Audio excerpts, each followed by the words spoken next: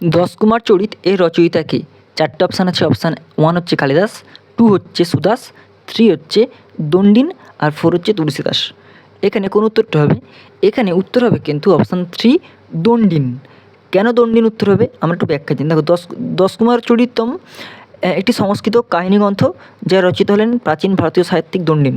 তিনি সংস্কৃত সাহিত্যের অন্যতম শ্রেষ্ঠ গদ্য লেখক হিসেবে পরিচিত ছিলেন। ভারতের কয়েকটি রাজ্য ও স্থানের পরিবর্তিত নাম, অর্থাৎ পূর্ব নাম কী ছিল, বর্তমান নাম কি হয়েছে।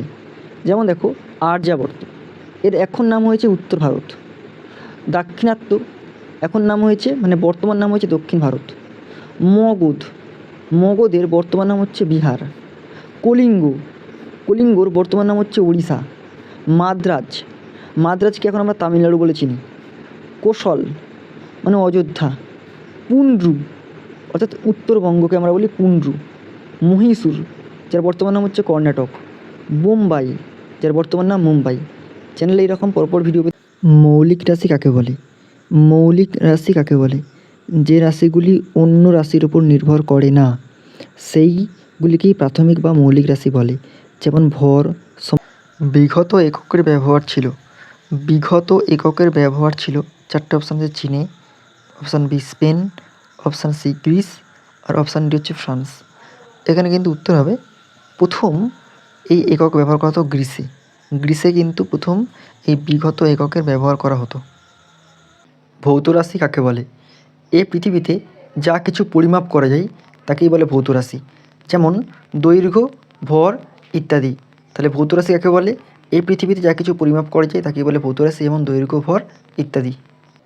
ভারতের প্রথম জাতীয় নিরাপত্তা উপদেষ্টা কে ছিলেন? চারটে অপশান আছে। ব্রজেশ মিশ্র, অজিত কুমার ডোভাল, শিবশঙ্কর মেনন, আর M.K. নারায়ণন।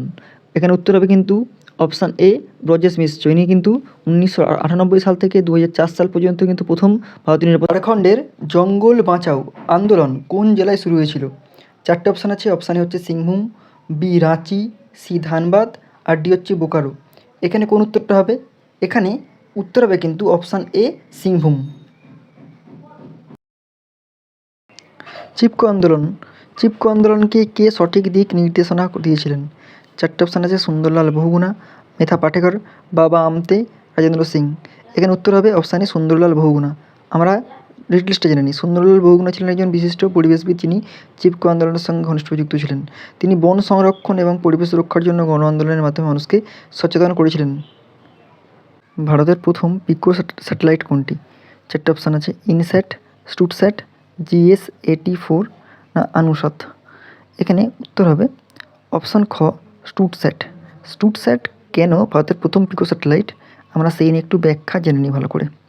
দেখো, স্টুটস্যাট ছিল ভারতের প্রথম পিকো স্যাটেলাইট, যা মূলত কিছু ইঞ্জিনিয়ারিং ছাত্র দ্বারা নির্মিত হয়েছিল। এটি একটি ক্ষুদ্রাকৃত উপগ্রহ, যার ওজন ছিল মাত্র 1 কেজি। এটি 2010 সালে PSLV C-15 মিশনের মাধ্যমে উৎক্ষেপণ করা হয়। শোলা অরণ্য কোথায় দেখা যায়? চারটে অপশান আছে নিচে। হিমালয় পর্বত, পশ্চিমঘাট পর্বত, বিন্ধ্য পর্বত না পূর্বঘাট পর্বত। এখানে উত্তর হবে অপশান বি পশ্চিমঘাট পর্বত। কেন হচ্ছে? শোলা অরণ্য এক ধরনের চিরহরিত বন, যা মূলত দক্ষিণ ভারতের পশ্চিমঘাট পর্বতমালার উঁচু পাহাড়ি উপত্যকায় দেখা যায়। তাহলে এটা চিরহরিত বন। এই অরণ্য উচ্চ মাত্রার আর্দ্রতা ও ঠান্ডা আবহাওয়ার জন্য পরিচিত। স্বাধীনতা লাভের সময় পশ্চিমবঙ্গে নিচের কোন জেলাটি ছিল না? চারটে অপশান। কোচবিহার, হাওড়া, দার্জিলিং, আর মুর্শিদাবাদ। এই চারটে জেলার মধ্যে স্বাধীনতা লাভের সময় পশ্চিমবঙ্গে কোন জেলাটি ছিল না? উত্তর হবে এখানে অপশান এ কোচবিহার। এবার কেন আমরা বলি, ভারতের স্বাধীনতা লাভের সময় কোচবিহার একটি স্বতন্ত্র রাজ্য ছিল এবং তা ভারতের সঙ্গে যুক্ত হয়ে পড়ে 1950 সালে। এই কারণে স্বাধীনতা লাভের সময় কোচবিহার পশ্চিমবঙ্গের অন্তর্ভুক্ত ছিল না।